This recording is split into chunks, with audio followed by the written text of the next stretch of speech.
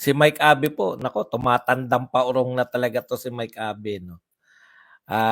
Kapapak check lang po ng ABS-CBN kay Romualdez. Pinangangalandakan po ni Mike Abe na fake news itong mga DDS o mga Duterte supporters dahil po sa pinapalaganap ito pong hindi daw imbitado, no? Sakit na sakit kasi si Mike Abe. Kinakailangan nilang pangatwiranan na hindi talaga imbitado. Alam mo, Mike Abe, no? Ang bilis niyong mag-akusa ng fake news. Hindi mo na yata alam kung ano ibig sabihin ng fake news eh. Ano ka pa naman? Supposedly, isa kang journalist, no? Kung yung fake news lang ay hindi mo maintindihan kung ano ibig sabihin, wala kang karapatang magbalita. Kaya ito po si Mike Abe, ang isa po sa patunay na talagang nilalamo na ng buo ng mga vlogger itong mga media man, no? Itong mga press, mga media, nilalamo na kayo ng mga vlogger. Dahil sa talino ng mga vlogger, talagang na-expose ang mga katulad nito ni Mike Abe. Pag-uusapan din po natin, ito pong may maganda tayong nakita. Alam niyo naman, sa Sabado't Linggo, walang ganong balita, no? Pero marami pong mga nagpo-post.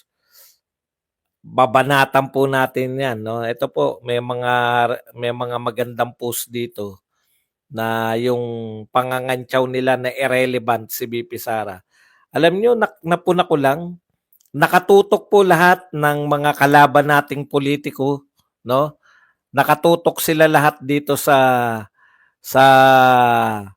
EO 81, no? Yung pagtatanggal, no? Tuwan-tuwa po sila lahat, atake sila eh.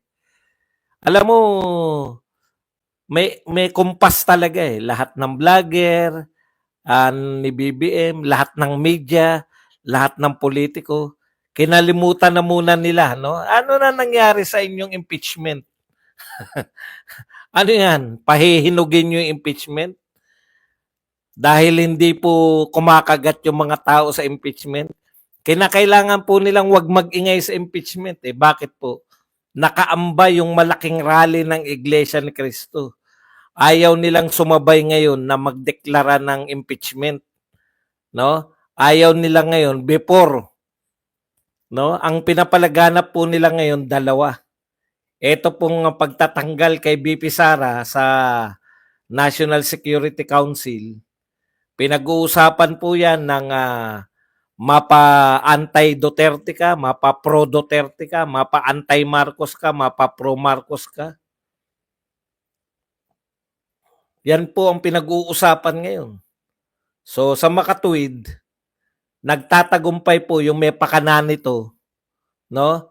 Na isang tabi muna yung usapin sa impeachment. Bakit po hindi pwedeng pag-usapan muna nila yung tungkol sa impeachment? Gagalitin lang nila yung Iglesia ni Cristo na nananawagan ng malaking rally para wag nang ituloy ang impeachment. 'Di ba? Tatantyahin nila yan eh. Pag maraming naipakitang puwersa yung Iglesia ni Cristo at maraming sumama, kaya pagkakataon natin to, no? Suportahan natin yung rally ng Iglesia ni Cristo, maski ano man ang relihiyon nyo. Kasi yun pong pinaglalaban nila. Yun pong ayaw nilang magkaroon ng impeachment. Tahimik muna sila eh, di ba? Talagang dito muna tayo, atakihin muna natin si BP Sara dito sa NSC. Ipatanggap muna natin sa kanila itong pagkawa. Ano pa ba mga pag-uusapan natin? Pag-uusapan din po natin, yan, pabalik-balik po itong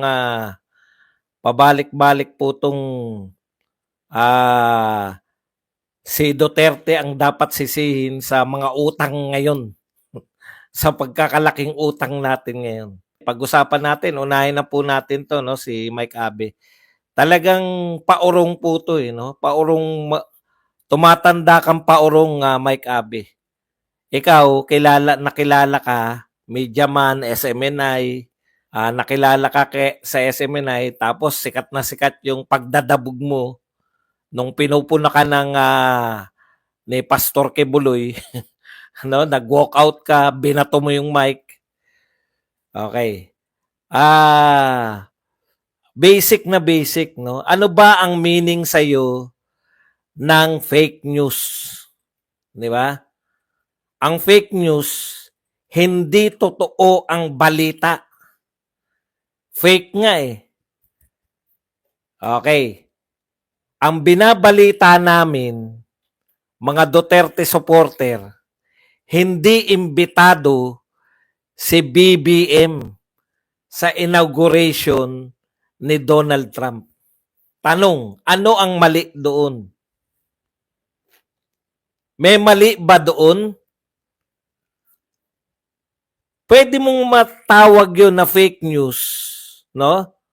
Pwede mong tawaging fake news yan, Mike Abe, kung inimbitahan si BBM. Tanong ko sa'yo, inimbitahan ba si BBM? Hindi pala inimbitahan eh. Kaya walang fake news. 'Di ba? Walang fake news. Unawain mo. Lapit mo ulo mo, Abe. Uuntugin ko lang. Medyo pumupurol na eh. Pag ang balita mo naaayon sa katotohanan, hindi fake news yun. Ang tanong, inimbitahan ba ni Donald Trump sa kanyang inauguration si BBM? Hindi inimbitahan. O asan ang fake news doon? Huwag mong sabihing fake news yung totoong balita. Anak ng pupa naman, no? Ngayon, kung kinokontra mo yung pananaw namin, opinion namin yun eh. Ang opinion namin, nakakaawa si Marcos dahil hindi siya imbitado. Di wag kang maawa, sabihin mo nakakatuwa at hindi inimbitahan si Marcos. Fake news ba na hindi imbitado? Ikaw mismo, alam mo na hindi imbitado. Kaya po marami pong hindi nakakaalam ng fake news at hindi fake news. Ang fake news po, kabaliktaran ng katotohanan. Pag totoo po na hindi imbitado, hindi po fake news yun. Ngayon, kung kami ay naaawa kay Marcos at ikaw ay natutuwa at hindi imbitado si Marcos, magkaiba tayo ng opinion, magkaiba tayo ng pananaw sa isang balita. Hindi po pwedeng porkit magkaiba tayo ng pananaw. Ako, naaawa ko kay Marcos. Bakit? Sobra-sobra pagsisip-sip niya. Di ba? Sobra-sobra pagsisip-sip niya. Tapos hindi siya imbitado. Yun eh. Ngayon, kinote niya si Romualdez. Kaya daw fake news tayo dahil sabi raw ni Romualdez, yung hindi si Martin yung Romualdez na ambassador sa US. Kinote niya, nakamag-anak din. Walang hiyaya sa na to eh. Sa gobyerno na to, walang hiyaya. Kamag-anak ko yan, i-appoint ko yan. Di ba? Kung sa Duterte nangyari yan, ako. Malaking usapin nga sila sa kanila, in-appoint na kaibigan. Yan pang kamag-anak. Appointed lang yan eh. Hindi naman po binuboto yung ambassador eh. Pero dahil Marcos sila, ang katwiran nila, in-appoint ko siya na ambassador, ano ngayon? May magagawa ba kayo? Kamag-anak ko yan. Ano ngayon? Siga eh. Siga po tong gobyerno natin.